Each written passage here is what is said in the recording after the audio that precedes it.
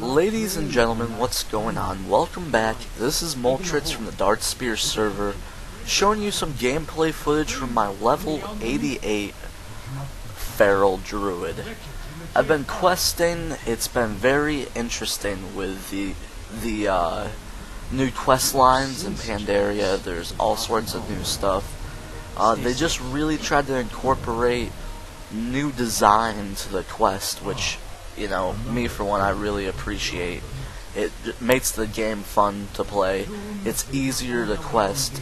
It's easier to get in the quest. Just like right here, the dialogue's going on. You can't really hear it because I had to tone it down so you could hear the microphone better. I've been working with it so I could try to get better sound quality. So maybe we can turn up that game a little bit and get it working. I definitely see. I'm using Sony Vegas, so I see my audio spikes as I'm commentating live, and it definitely is showing up more that it's louder than my microphone was before. The one before was, like, as you guys saw in my last video, you kind of had to play at max volume, and it was a medium level of talking, but this seems to be a lot better. This guy, he's trying to test me. He's testing the alliance. He wants to see what's inside of our souls, basically. He's looking at the anger, the hatred, the doubt that we have for them, and he can manifest that, or Pandaria allows that energy to be manifested into reality. So that's kind of what was going on right there in that scene. Now he's going to do it again with a different emotion. We kind of do it a couple times, you go through his whole test, and then you're done. You're all good. You're set. You'll see, like, it shows my hatred. It's like an orc. So he kind of, like, gets your background story, like, why do you hate this guy? He knows you hate this guy. Like, there's the anger. So it's like a gray version of myself, which is pretty cool. What I also like is they made special art for, like, King of the Jungle. It's a special ability. It's actually shift 3. It's the third ability on my action bar up top. It like puts armor on your druid, which you might be able to see it. I might use it sometime in this video. It's pretty cool. That shadowy stuff hits hard. Just starts hitting 15Ks. Don't stand in anything on the ground. Tip number 1 for World of Warcraft. Really enjoying the questing area. This, like, as you see, the screen's beautiful. The animations, like, everything's different. It's unique. It's not just the same Burning Crusade, Wrath, and Cataclysm experience, which is what everybody was kind of getting tired of. I'm not saying it was bad. I'm just saying it kind of got to be the same old thing after a while.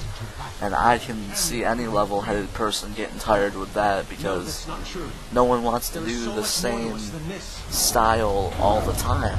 Even though you love the content, it's still you like to see that style switch, which they definitely did and missed. There's new areas like cooking. There's different styles of cooking. You got like Master of the Stove, Wook, which is like noodles. You got brewing, which is liquids. Liquids. Man, I'm just looking. I'm trying to figure out the stat conversion for level 90, like what my guy's health is gonna be by the time I hit 90. But right now it's like 205,000. But I've seen people talking in guild about people that had health over like 300,000, so that's crazy. I don't know how much it gears up, because I know there's a heck of a difference between level 84 and 85, like once you got the gear and started gearing up. You went from 100k to 150k, you know? Once you got geared, you got that 50,000 extra health, so that's very important to, just maintaining the balance is the stat conversion, but, you know, we'll see. I looked up my stat priority because I was having a hard time. It's like mastery, it's agility, mastery, crit, and then the rest of my stats that are anything beneficial to Feral Druid. What I really like is, I'm not sure if it was in Cataclysm, I'm pretty positive it wasn't, but when I do my finisher move, it allows an ability that pops up for like 9 seconds, which I can cast a heal in cat form, like, you know, instantly. I don't have to channel it, it's just instant. You don't pop out of cat form. But you can also do that. You can use a CC like Cyclone and Tango Roots with that ability too, so I can do a finisher, tab target the other guy, Cyclone him, go stealth, then get back on him for PvP. I really like my guy's gear. If you check it out, hopefully you're watching in 720p, because that's just, it looks from 480 to 720. If you bump it up, it's crazy the difference it kicks in. So if you can do it, I highly recommend it. I never used to, and I started doing it, and now when I go back, I realize how bad it actually was. Like the difference is crazy. I love watching commentaries and leveling guides and just gameplays. Oh, shout out to YouTube. I'm not sure if everybody has this now, but custom thumbnails, booyah, I'm loving that. That's just great. Custom thumbnails. I have to work on the font size a little bit. My first one I did was Moltritz. I was level 87, as you saw, same character. Posted it last night. But the thumbnail, I haven't actually looked it up in the stream, but the thumbnail, like, on the channel, you can read the text, but it's pretty small. Like, it's kind of small. So, yeah. I need to work on that so you guys can read it when you search it. But you see that big guy in the background?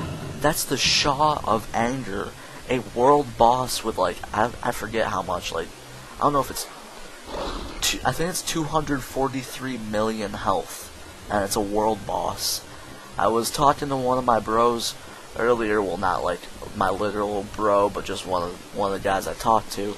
I was talking to him earlier, and he was actually in a world group that I was watching trying to kill, and they wiped over like 15 times. I don't know if it's because it's super hard or they're just really under-geared, kind of just like people my level also fighting the level 90 boss, which is silly, you know. Like, I knew there's nothing I could do. He's hitting me. Stuff was coming down as I was riding by. I wasn't even in the fight. Hit me for 60,000. That is the Jade Serpent. We got the Red Crane. We got the Tiger we just talked to and helped out before we started up. And we got this White Buffalo, which I don't think I helped him, but that might have been a different part of the quest chain. But I did help buffaloes, or like, you know, whatever those things are.